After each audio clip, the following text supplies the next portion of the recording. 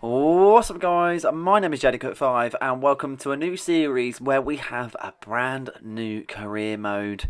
Unfortunately in our last particular series it didn't really seem to go as planned, and unfortunately the logistics in the game meant that we weren't able to carry on, but this means for a completely new save. Recently I put out a poll and this poll was to be agreed that we were to be able to select the Liga 2 side Tenerife. Really looking forward to this one. It's something different. It's obviously a different aspect of football and so on. It's Spanish football. It's different teams, different players. Something that we don't normally see as a normal occasion. So the fact that it's quite different and the fact that it's something new, I'm quite excited about. Different challenges, new players to sign and so on. I'm really, really, really excited for it. So let's get cracking with this particular save.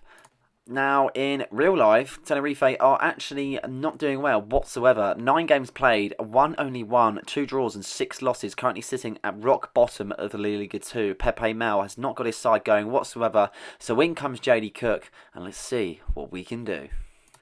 So with that done, as you can see, we are being unveiled to the press and we are Tenerife's new manager. I've always known it's Tenerife, but I've had the game say Tenerife, so please correct me if I'm right in saying it or if I'm completely wrong in saying it. As you can see, the press are open about it, and obviously it's quite realistic with Marca, the Spanish outlet, being noted. Hope the CD Tenerife chairperson right that handing Jay Cook the manager job is a good move. Fingers crossed for the new boss. Now, I'd say I know a bit about Spanish football, but I can't say I know a lot about the club itself, and especially the players that are within it. Looking across the side, there is a lot of dead wood. I think that's quite clear to see. There's a lot of players that aren't really fit to be able to kind of go on for the season, or if they could go on for the season, but they wouldn't realistically compete in the big leagues. It's a bit of a hard question to be able to lay on what we're realistically going to do as a side and so on. Really interesting though, nevertheless. It is an ageing side, so we should need some young players. We should need a lot of experience at the same time, which this team has got. It's just whether we can kind of balance that between the two and get rid of the right players and get in the right players at the same time. So, interesting decisions to make as a side. There's no one that really stands out of me to a star player as such. Angel being one of them. He's a legend of the squad. It looks to be 72 rated and 37 years of age, but he looks ready to go, which is nice to see. Not many high ratings, which is good to see at the same time, so we're not coming into a team that's simply overpowered. So all is good on that sort of front. So many ideas in terms of the transfer perspective, and this is the youth team, many in potential to be able to see if they can reach their highest of heights. I'm not a big fan of the youth academy sides of things, just for the simple fact I don't feel like the youth tournaments actually really up the players. One player that really stands out and one player that will probably go on loan in time is Akpan.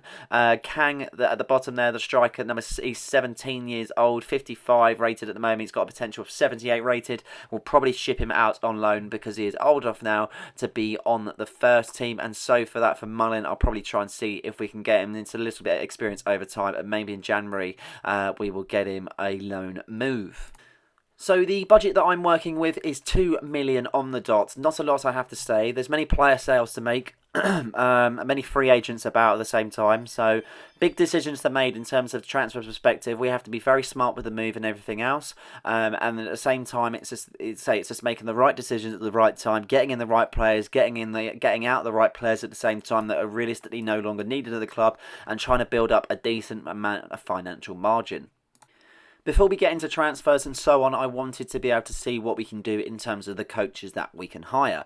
Obviously, this implements a decent ability depending on the actual attributes that you play as a tactical preset. So it all depends on what players you what coaches you hire and so on. Obviously, there's different ones for goalkeeping, defending, midfield, and attack. By doing this ups the development of the players within that system, which is much needed. And if we can develop the players as quick as we can, then it's a really good positive within the club and so on. I feel like we've hired some decent coaches. Obviously, we'll look at the tactical preset in time, and we'll obviously figure out the sort of way that we want to play as a club. But we have got amounts of coaches beyond on there, as you can see. We only get X amount a year, so we can only realistically do one lot, and then with the second season, we should be able to implement some more. So onwards and upwards in terms of the coaches, but we have got X amount in there, so at least we've got some sort of base in terms of the backroom staff. Now, while going through the squad, I did actually notice that there's a few players that I would actually like but be interested to keep on that are only on a 1 year deal. So we wanted to sign them up as quick as possible. Obviously, that leading to the transfer budget at the same time, but we don't want to be losing players for a nothing fee. And they're players that we want to keep and players that we want to see in the squad at the same time. So we're going to sign them up, and that's going to be done and dusted. Shouldn't be too hard whatsoever. We just offer them the right kind of off wage and so on. Nothing extensive, and it's the same case for both of them players. So we did get a deal done, as you can see. Looking at the table then, there's some strong sides in there. Granada, Levante, Malaga, Racing Club there, as you can see. Real Oviedo, Real Sporting, Almira. There's so many decent teams within this league, and it's very surprising to see because the majority of them have actually got themselves promoted up into the big leagues. Unfortunately, obviously, they're not in that sort of state as of the moment. Levante was on the cusp of promotion last season, but it wasn't to be. So we're looking to see if we can get a straight promotion. I don't want to be in the league too long. I don't want to be sitting on the league too long. If we can get ourselves promoted and be mid-table for X amount of seasons to then excel into a decent position, then so be it. And I think that's the best place for us to go. But that is the table with some strong sides in it, as I mentioned, and I'm really, really looking forward to going battling with these squads. Now we've got them sort of sides out of the way, we can actually look in terms of our transfers. And one that stood out for me was a new goalkeeper. If you want to get somewhere in terms of a team and going forward, you need a man between the sticks that's going to save you on multiple times. Luis Malagon there. He comes from Mexico, 27 years of age, 76 rated, not too bad on the wages whatsoever. He wanted a high bonus, but I'm not realistically willing to pay that. I'd rather up the wage than play the bonus. I think it would be very good to get him in, to be honest, because he's an experienced keeper. He will be going on international duty, which will clash with the league, but we should be able to play a backup in the meantime for that happening. So Malagon will be the number one for the season, and that's a hallmark statement for ourselves to put a decent person between the sticks, and that is our first signing as a Tenerife manager. Looking at the side, I noticed we have a player currently on loan. He might be surplus to requirements, but at the same time, I kind of want to run a tester. So he might start the first game of the season, but it might be that we sell him on from there on. I don't believe that we should have a player that's 29 years old on loan at the same time because there's no development. So, as I said, it might be the case where we sell him on as after we actually try him out. And it is all a little bit of a trial and error at this moment in time because we are using players that aren't really familiar to ourselves that compared to what others could normally be. So obviously I've had to make some sort of players leave and so on. Emric Gallego, he was a player that was very old, very slow at the same time, and being that sort of position, being a striker role, I wasn't too interested in retaining his services.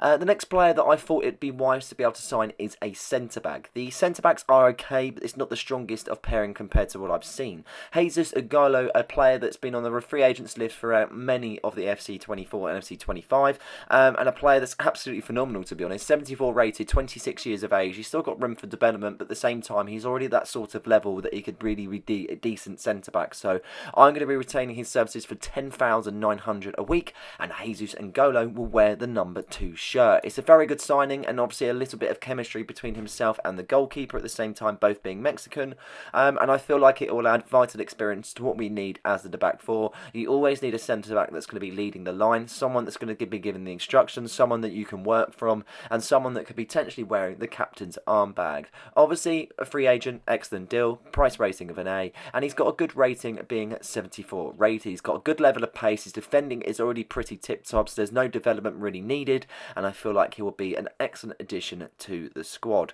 And it was the kind of thing, obviously, I'm going to be signing many players in the next episode also, because I'm not going to sign too many players now, because realistically, I need to try out what I've got. There's no point me signing a whole load of players and just selling what I think could be bad when potentially they could be good. But we do make another sell, unfortunately, for this particular player. Once again, it was the case of I didn't feel like he was going to be used whatsoever. Nadal, he's a goalkeeper, 260,000 there to Centre FC. We've got plenty of goalkeepers within the squad. I think when I actually took over the club, we had 4 goalkeepers. So there's no reason to keep him on. And same for Jose Amo, and we do actually get a decent fee, 2 million to La Liga 2 rivals Almira. He didn't look too bad, but again, it's just not really someone that I really wanted to be used, and we did get a good deal for him, and I do believe we can get a decent amount of depth in that sort of role. Now, I noticed we've got plenty of attackers, but one thing that I really thought we was lacking was an experience in terms of going forward and so on. Cesar Herrera is 23 years age, and he's 75 rated, and he's an absolute steal for what it is. And realistically, we're kind of selling a project. Yes, we're signing a decent amount of high-rated players, but at the same time, we're kind of building a project and so on. And if we're not at that sort of level, once we do get promoted, unfortunately, it just might come back to bite us. And it's at a low wage, 9,300 a week. And Cesar Herrera will wear the number 10 shirt. He's a player that I've previously used in the FC24. I used him in my Creator Club series. I'm surprised he hasn't got a squad, to be honest, because he is absolutely phenomenal in the game.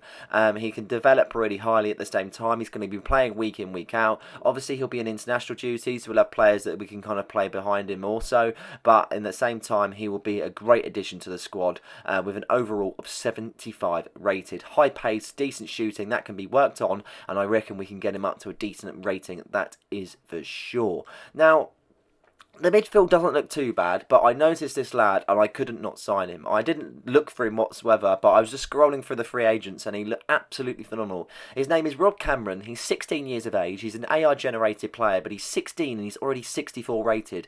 That only tells me that he's going to be some sort of regen in time to come. And he's on a low wage at the same time. He wants a high signing bonus, but I can't not miss out on this particular deal. So Rob Cameron is through the doors. He'll be a great addition in the centre mid role, and we can definitely develop him as a player throughout there. So I think we're better off signing someone like him than waiting for someone in our youth academy, because he's already at a level where he's at a decent overall. Yes, the club say he's not good enough, but I know he's good enough, and that's going to be shown in our game today, hopefully. With being that sort of rating at such a low age, it's phenomenal, to be honest, and you only find that to be having a very top potential. Looking at our board development, I have put on the actual game mode that I can't get sacked, for the simple fact is I don't want it to happen what I had in my previous episode, because I still won everything and got sacked. But these are the requirements that we do need to meet, and they don't look too bad, to be honest. You can just see them on the screen right now. I'm not really going to go into too much depth of them because it's not something that's going to be a sole focus, but I thought I might mention it within this actual episode itself. But yeah, as I mentioned, we are going to be having it where we're not going to be able to get sacked because it's just not worth it for ourselves and so on. It just makes for such a poor career mode, even if you can actually do well within the actual save itself. So that was that. Ethan does get sold as well. He was a striker. We've got plenty of strikers at the same time. They reckon it was a bad deal, but only getting 400,000 short was not that bad whatsoever. So, but he goes again. It was a bit of a surplus to requirement deal. Nothing really needed from his perspective whatsoever. So yeah, that on that sort of note, I wasn't really fussed whatsoever. Before we do go into our first game of the season, I wanted to show you our current tactical preset. Something that's important to be able to set out as a team and so on, and you can work it around the coaches that you do employ. As you can see on the right hand side, our attack, midfield, defence and goalkeeping, we've got 2 points on the expert. So we've gone for the park the bus. Your team bases its game around solid, uncompromising defending. You're always disciplined and well organised out of possession, usually employing a low block throttling opponents' attacks before winning the ball and trying to get forward yourself. We don't have the fastest of teams, and I'm not too sure on the defence that we've currently got in the side, so I'm going to stick with that for the moment in time, see if it works. If I feel like we're too susceptible in terms of actually going forward and we don't offer enough and so on, then I will obviously change it. But that is what I'm going to go for. So here we are, our first game of the episode, and we face a Levante away from home, a team that I'm very familiar with actually because I did a career mode in FIFA 23.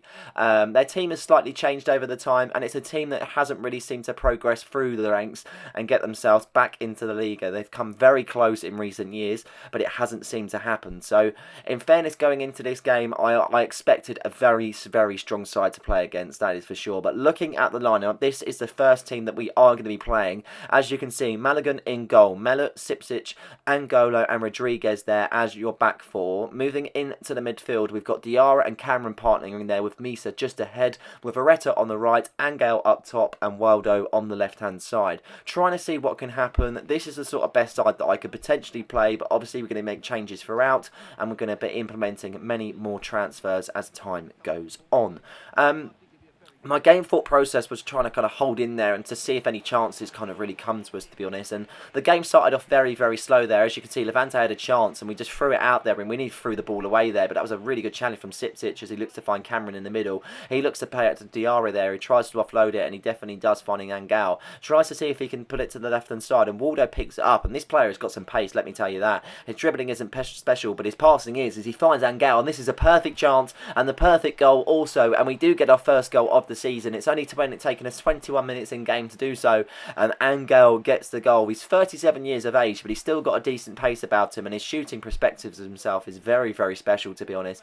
And there's no reason, as much as he's going to be on the decline in terms of overall, there's no reason why I'd want him out of the squad whatsoever. And I do believe he is going to be our main striker, just in front of Cantonero. So really, really interested to see, and hopefully he can get amongst the goals. So a good start to this particular game. Levante obviously started the game strong at the same time, but they're looking for a chance here as Morales looks to skip past the defenders. Angola with a really good interception there as he makes the kind of pass to Cameron in the middle. Tries to see if he can offer an option to Misa there as he looks to offload it to his teammate Waldo. Good kind of drawn up play here. As you can see, the chemistry between the team looks very good as Waldo cuts inside on the right. Tries to get a pass off there, but Angel makes a good interception. This could be for two, and it is for two. It's a snatch and grab sort of situation, but in the 34th minute, Angel makes it Tenerife 2, Levante 0 there as he celebrates in front of the travelling fans. A really, really good bit of stuff from Angel there. He looks so sharp on the ball, to be honest, and his shooting aspects are really, really strong. And I feel like he could be a striker that we're going to be playing all season. A lovely goal into the top corner. The keeper had no chance with that one whatsoever, and we now have a 2-goal advantage in this tie. Realistically, going forward, we're in such a good position. I didn't really expect to be so whatsoever, but yeah, we're in top condition, and I'm really looking forward to how this season will kind of plan out for ourselves and how it is going so far. Rodriguez with an interception as we look to stride forward with Diarra in the middle, finding his teammate Cesar Areta making his debut. He looks to be able to see if he can make some sort of impact as he goes back to Diarra, making sure that we can kind of put it onto the left hand side as he plays a lovely ball over to Waldo on the left there. As you can see, he cuts in, he lovely skill, he finds Mesa there as he looks to skip past the defenders. He tries to square it, but looking at it realistically, we should have taken the shots. But a positive first half nevertheless. Really, really good strong aspects, not really many negative to point whatsoever, and we go into the second half with our heads held high, looking to do the same again in the second half. But Levante start the second nice and strong here as Ray looks to be able to see if he can do something as he skips past the defenders. A great shot there, Malagon with the save, looked to clear it there as you can see, but a poor clearance and another save from Malagon, and unfortunately that wasn't to be on the third case because they do get back into this tie there with Morales with the goal. Levante have got a goal back, so it's Tenerife that only have a 1-goal advantage. Levante 1, Tenerife 2, and unfortunately we now are going to be having to the case where I think Levante are going to have a little bit of kind of oomph about their play, and that's going to G them up, that is for sure. But in the 56th minute we look to see if we can get something going as Cesar Areta makes a ball down the right hand side. Can't really seem to dribble past the defender there as they look to get another shot there, and Morales is denied by Malagon. A good debut so far. As much as he conceded, he looks to be very, very strong. Substitutions to be made there as Pereira comes on for Mesa, trying to see if we can do something in terms of attacking perspective, as we are sort of lacking in that sort of degree, and we are now looking to be a little bit susceptible in the front there. As you can see, another big save from Malagon, and it only kind of points proves the point of why we've signed him, because he's made some top save already in his first game, and we go on some sort of attacking option there as Angel looks to find his teammate Diarra. He tries to play it over to Areta, but it's a straight offside unfortunately, and that is the end of that attack. 20 minutes left to play in this time. Levante get the ball going from the free kick there. As you can see, Ray picks it up with Rodriguez trying to cover the line there, can't intercept the ball as we look to be able to cover the line with Cameron there, and it's really trying to push the attackers out and just get rid of this sort of attack there, because it's so hard to defend at this moment in time. Feel like we're under so much pressure after the goal that we conceded, and they've really got some confidence behind their players. They look to take the corner. I'm not too sure if they're going to play it short or if they're going to whip the ball in, and they are going to play it short. Ray picks it up from the short corner as it goes back to Alvarez. Back to Ray it goes with a ball into the area, but Rodriguez with a solid block there. Thrown to be taken though, as you can see, as Ray tries to get the ball out onto the pitch there, and it's a good play from Levante. They hold the ball really well. They tried to get past Rodriguez, but he's too strong on that moment in time, and he gets play going there as he looks to run up the line. He tries to create an attack for himself, but doesn't seem to happen, in fairness. With 9 minutes left on the clock, I'm just trying to hold in there. There's no real game plan to it whatsoever. Just trying to hold in there and kind of fend off the barrage of the Levante attack, because it's a great moment for there once again as Sipsic involves, as Diarra plays it out to Diarra in the middle. He hasn't played too bad, Sipsic. I don't feel like he's my main sort of centre back that I would be playing, and I feel like it's one of those, if I were to get some sort of offer for him, then possibly I might take it. But once again, Malagon with a top save, pulling it out to Melo there on the left-hand side. He finds Siptich and makes a ball to Cameron there. Cameron to Waldo. Waldo to Pereira. It looks a really good play so far, but we just can't seem to get the ball down the byline. 3 minutes left in the time. We're really trying to see if we can get the rest of this tie done and dusted with coming out victorious. But this is a chance. And how Malagoni saved that, I do not know. Fresh on his toes there. He's come straight out and a top stuff for himself there. With 1 minute left to play, Waldo picks it out on the left-hand side. Good opportunity for Waldo to do something in this moment in time there as Angel makes a run. He puts it to Angel. This is a great chance. And I reckon that extra touch might have put him in good stead. But unfortunately, that wasn't to be the case. But it doesn't matter. The full-time whistle has been blown. And we are victorious in this tie. A very good result. I wouldn't say it was the best performance. Hats off to Angel for getting the 2 goals in the first half. I feel like he was a bright light in this particular side. And there's plenty of things to take forward into the next ties. And obviously it's a big development for ourselves. But there's plenty more food for thought because we're going to have deadline day, obviously, in the next episode. I feel like we're going to have a few more signings, potentially a few more departures. We'll see how it kind of works out and just go from there. But definitely a positive start in La Liga 2, and hopefully we can go on to bigger and better things throughout the season. But that is it for this particular episode. I hope you guys have enjoyed this one. Please like and subscribe for more content, and don't forget to hit that notification button so you never miss a video. Cheers. Thank you.